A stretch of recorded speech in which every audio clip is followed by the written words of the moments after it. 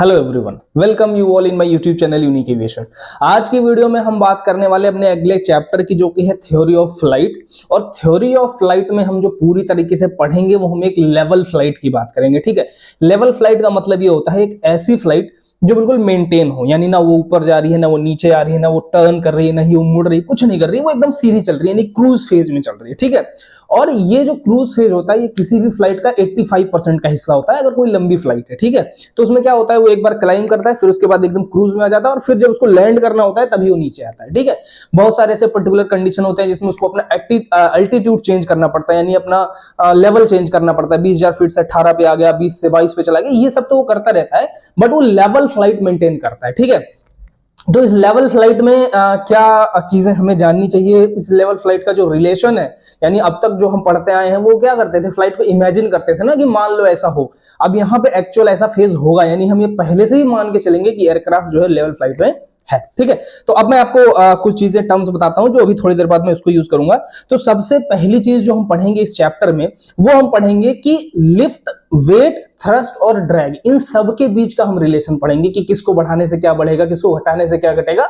और ये बहुत ही इंटरेस्टिंग है, क्योंकि जब आप ये देखोगे कि किस तरह से लिफ्ट बढ़ता है, ठीक है, लिफ्ट पे वेट का कैसे इफेक्ट पड़ता है, लिफ्ट पे वेलोसिटी का कैसे इफेक्ट पड़ता है, ये चीजें जानना बहुत ज्यादा इंटरेस्टिंग है। यानी अब तक जो आप पढ़ते आ रहे हो वो बिल्कुल थ्योरी पार्ट था, बट अब जो मैं बताऊंगा आपको, अगर आप मेरी बातों से कनेक्ट कर पाओगे तो आप प्रैक्टिकली इसको फील करके बहुत इंटरेस्ट के साथ पढ़ सकते हो। ठीक है, तो सबसे पहले मैं कुछ बातें बताता हूं। पहली चीज है ग्रेविटी क्या होता है। ठीक है, तो आप सब लोगों को पता है कि ग्रेविटी एक ऐसी फोर्स होती है जो किसी भी ऑब्जेक्ट को, चाहे वो एयरक्राफ्ट हो या मिट्टी का छोटा सा टुकड़ा, हर एक ऑब्जेक्ट को वो जमीन की तरफ खींचती है, अगर वो जमीन से ऊपर है तो। ठीक है, ये सबको मालूम है, लेकिन कैसे खींचती है, मतलब अब जैसे मान लो इतना बड़ा एरोप्लेन है, तो पूरे एरोप्लेन में वो किस जगह पर ग्रेविटी लगेगा। जब जैसे हर, ऐसा थोड़ी कह सकते हैं कि हर एक पार्ट में ग्रेविटी, हाँ वो लग रहा है, बिल्कुल करेक्ट है कि हर एक पार्ट पर लग रहा है, बट अगर आप किसी पर्टिकुलर डिजाइनर के नजरिए से देखो, किसी पर्टिकुलर थ्योरी मास्टर के हिसाब से देखो, या किसी पर्टिकुलर न्यूमेरिकल सॉल्व करने के हिसाब से देखो, तो आप कैसे इस चीज को डिटरमाइन करोगे कि उस बॉडी पर, उस ऑब्जेक्ट पर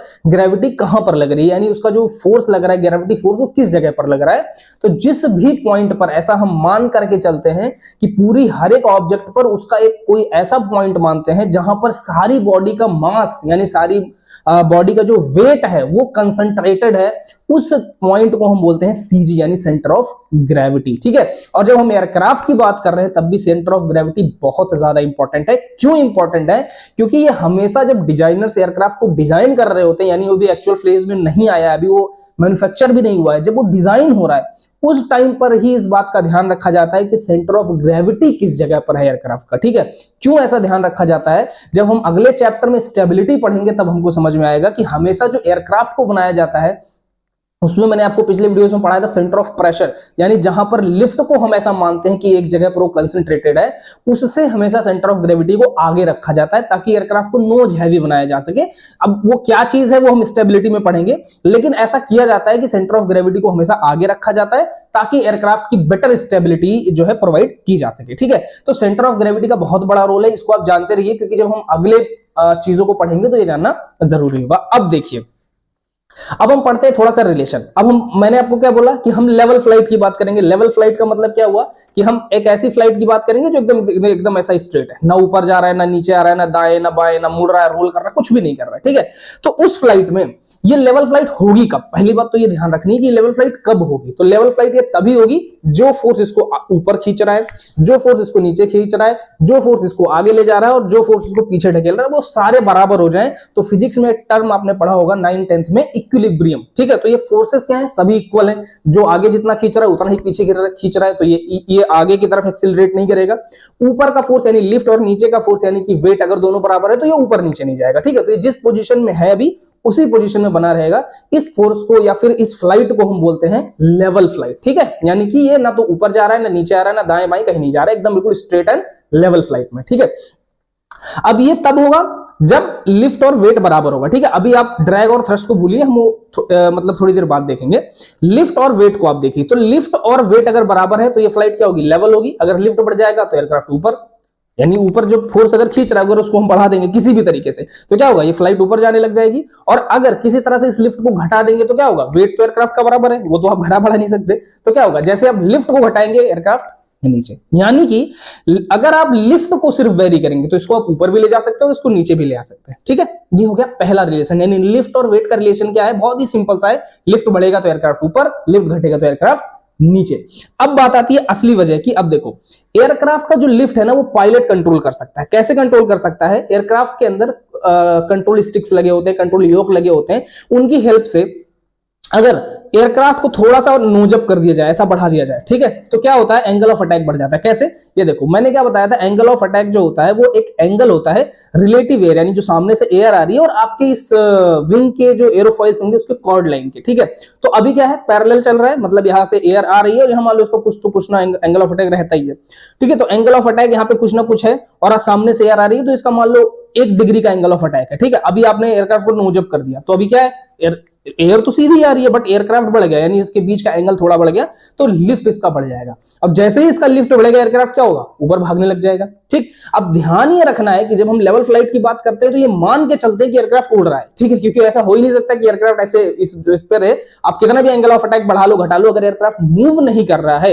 तो उस टाइम पर लिफ्ट नहीं बढ़ता या घटता। इसीलिए अगर आप लिफ्ट का फॉर्मूला जानते होंगे तो half rho v square CLS होता है, मतलब कि उसमें आपका वेलोसिटी और एंगल ऑफ अटैक दोनों का मल्टीप्लीकेशन होता है, यानी दोनों जीरो नहीं हो सकते, वेलोसिटी भी जीरो नहीं हो सकती और एंगल ऑफ अटैक भी जीरो नहीं हो सकता, तो दोनों की कुछ ना कुछ वैल्यू होनी चाहिए। ठीक है, तो ये तो बात हो गई एंगल ऑफ अटैक बढ़ाने की। इसी तरह से अब मान लो एंगल ऑफ अटैक आपने नहीं बढ़ाया, बिल्कुल भी नहीं बढ़ाया, और आपके पास 2 एयरक्राफ्ट हैं, एक एयरक्राफ्ट 100 नॉट्स की स्पीड पे उड़ रहा है और दूसरा वाला 200 नॉट्स की स्पीड पे उड़ रहा है, तो आपने देखा था फॉर्मूले के हिसाब से भी देखा कि लिफ्ट जो है वो वेलोसिटी के स्क्वायर के प्रोपोर्शनल होता है। यानी कि अगर एक 100 नॉट वाला एयरक्राफ्ट आपके पास है, सेम एयरक्राफ्ट, और दूसरा एयरक्राफ्ट 200 नॉट्स की स्पीड पे उड़ रहा है, तो जो 200 नॉट की स्पीड पे उड़ रहा है उसका लिफ्ट 4 गुना होगा। भले आप एंगल ऑफ अटैक दोनों का सेम रखो, लेकिन अगर आप स्पीड 2 गुनी करते हो तो लिफ्ट 4 गुना बढ़ता है। ठीक है, क्योंकि वो स्क्वायर के प्रोपोर्शनल होता है। इसका मीनिंग ये है कि अगर आप चाहो तो लिफ्ट को एंगल ऑफ अटैक से भी बढ़ा सकते हो, अगर आप चाहो तो अगर आप चाहो तो वेलोसिटी के साथ भी इस लिफ्ट को बढ़ा सकते हो,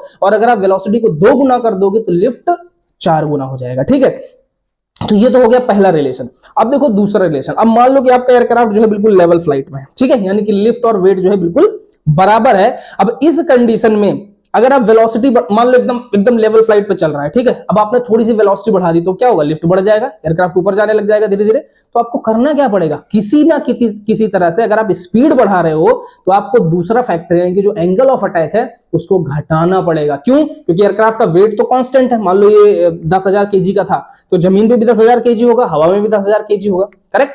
तो अगर हवा में भी 10,000 kg है और आपने इसको लेवल फ्लाइट में रखा हुआ है, मतलब आपने लिफ्ट भी 10,000 kg का ऊपर लगाया हुआ है, लेकिन जैसे आप स्पीड बढ़ाओगे तो लिफ्ट बढ़ जाएगा, तो ये तो एयरक्राफ्ट ऊपर जाने लग जाएगा। तो आपको एंगल ऑफ अटैक घटाना पड़ेगा ताकि दूसरे फैक्टर से लिफ्ट घट जाए और वेलोसिटी से स्पीड बढ़ जाए, ताकि हमेशा लिफ्ट और वेट जो है वो बराबर रहे। इसी तरह से अगर आप एयरक्राफ्ट ऊपर लेके जा रहे हैं तो आप क्या करोगे, आप सिंपल या तो स्पीड बढ़ा दो या तो आपका एंगल ऑफ अटैक बढ़ा दो, तो एयरक्राफ्ट ऊपर जाने लग जाएगा। फिर जहां रोकना है वहां बराबर कर दो, फिर से ये लेवल फ्लाइट हो जाएगा। ठीक है, अब देखो जब एयरक्राफ्ट लैंड करता होगा, अब इमेजिन करो तो उतनी स्पीड से थोड़ी लैंड करता है, उसको स्पीड को कम करते हैं, तो अगर हम स्पीड कम करेंगे तो क्या करेंगे, एंगल ऑफ अटैक को बढ़ाएंगे। एंगल ऑफ अटैक बढ़ाएंगे कितना, 2 डिग्री, 4, 6, 10, 12, बस 15 तक बढ़ा दिया मैक्सिमम।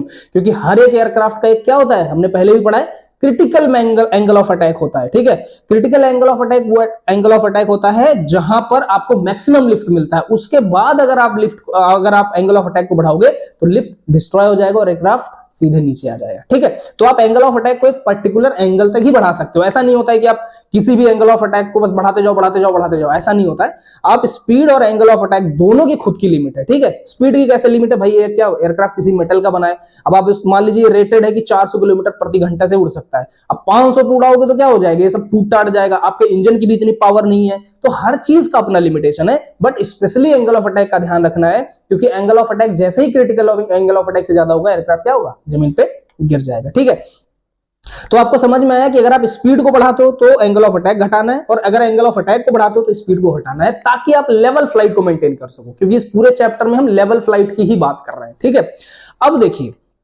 ये तो बात हो गई हवा में रिलेशन की, लेकिन मैं आपको बताता हूं जमीन पर भी इसको वेरी किया जा सकता है। कैसे, मान लो आपके पास एक एयरक्राफ्ट था जो किसी रूट पे आप उड़ाते हैं, तो उसमें डेली 100 पैसेंजर जाते थे, ठीक है, या उसमें मान लो डेली 1 टन का कार्गो जाता था। अचानक से उसमें 50 पैसेंजर बढ़ गए, एयरक्राफ्ट बड़ा है बट उसमें पैसेंजर कम रहते थे पहले, अभी मान लो 150 पैसेंजर हो गए। 150 पैसेंजर में चलो मोटा मोटी मैं मानता हूं कि 70 kg का एक बंदा होता है, तो भी 50 पैसेंजर मतलब 3.5 टन का वेट ज्यादा हो गया। अब 3.5 टन का वेट अगर ज्यादा हो गया तो आपको क्या हवा में लिफ्ट ज्यादा चाहिए होगा, है ना, ऑब्वियसली, क्योंकि वेट बढ़ गया ना जहाज का।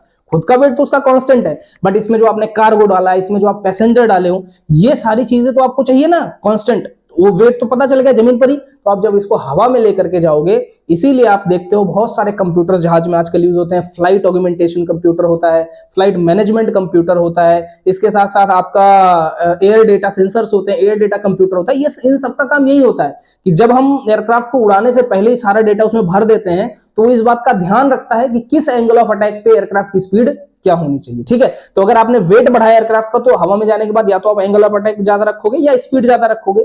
ये कंप्यूटर्स क्या करते हैं, पायलट को सजेस्ट करते हैं कि कौन सा स्पीड और कौन सा एंगल ऑफ अटैक रखा जाए, ताकि जो आपका जहाज है, जो आपकी फ्लाइट है, वो बिल्कुल इफिशियंट उड़े, बहुत ही अच्छे से उड़े, ठीक है, और कम से कम फ्यूल खाए, ठीक है। इसीलिए आप देखते हो आजकल के जितने भी मोस्ट मॉडर्न एयरक्राफ्ट हैं बहुत ज्यादा फ्यूल इफिशिएंट होते हैं, क्योंकि उसके अंदर लगाए गए जो कंप्यूटर्स होते हैं उनका काम यही होता है कि वो स्पीड और एंगल ऑफ अटैक का ध्यान रखें, ड्रैग को कम से कम करें, ताकि एयरक्राफ्ट जो है ज्यादा से ज्यादा इफिशियंट हो सके, ठीक है। तो आई होप ये वीडियो बहुत ज्यादा इंटरेस्टिंग लगी होगी आपको, और इससे आपको ये कॉन्सेप्ट समझ में आया होगा कि लिफ्ट वेट का आपस में क्या रिलेशन है। अगले वीडियो में हम ड्रैग और थ्रस्ट का भी इसी तरह से रिलेशन देखेंगे, फिर हम आगे बढ़ेंगे, ठीक है। तो अगर आपको वीडियो पसंद आई हो तो प्लीज वीडियो को लाइक करिए, दूसरों को शेयर करिए, ताकि इसका बेनिफिट वो लोग भी उठा सके। Thank you.